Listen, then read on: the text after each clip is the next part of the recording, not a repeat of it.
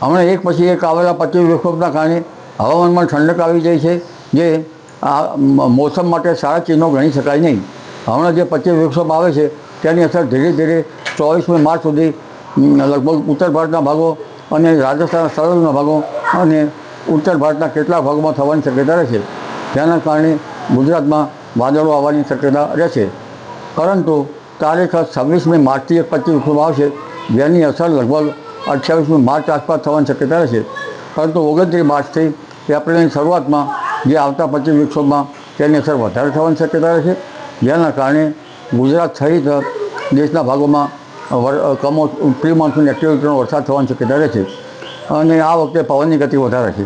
તારીખ 4થી 8 એપ્રિલમાં પણ એક 25 વિક્ષોભ આવશે, એટલે લગભગ માર્ચના અંતથી એપ્રિલની શરૂઆત સુધીમાં ગુજરાતના વાતાવરણમાં પલટો આવતા કેટલાક ભાગમાં પ્રી મોન્સૂન એક્ટિવિટીનો વરસાદ થવાની શક્યતા રહેશે. 8થી 12 એપ્રિલમાં પણ હવામાનમાં પલટો આવશે અને કેટલાક ભાગોમાં વરસાદ થવાની શક્યતા રહેશે. ઉલ્લેખનીય છે કે એપ્રિલ માસની શરૂઆતમાં ગરમી પણ વધવાની શક્યતા રહેશે. મહત્તમ ઉષ્ણતામાન 41 ડિગ્રી સેલ્સિયસ આસપાસ થવાની શક્યતા રહેશે. પણ ગરમી વધતાની સાથે સાથે જે પ્રી મોન્સૂન એક્ટિવિટીનો વરસાદ છે તેના કારણે અને પવનની ગતિ વધારે રહેવાની શક્યતા રહેશે. 26મી માર્ચથી પવનની ગતિ વધશે.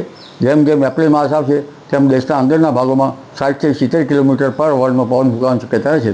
જ્યારે રાજ્યના ભાગમાં 40 કિલોમીટરથી લગભગ 50 કિલોમીટર કે 55 કિલોમીટરનો પવન એપ્રિલની શરૂઆત સુધીમાં ફૂંકાવાની શક્યતા રહેતા આંબાવાડીના પાક ઉપર તેની અસર થવાની શક્યતા રહેશે.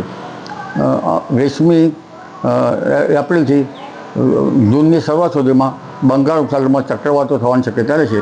કેટલાક ચક્રવાતો ખતરનાક હશે અને 20મી મેથી 20મી જૂન વચ્ચે અરબ સાગરમાં પણ સક્રિયતા વધતા ત્યાં પણ સાયક્લોન થવાની શક્યતા રહેશે. જી.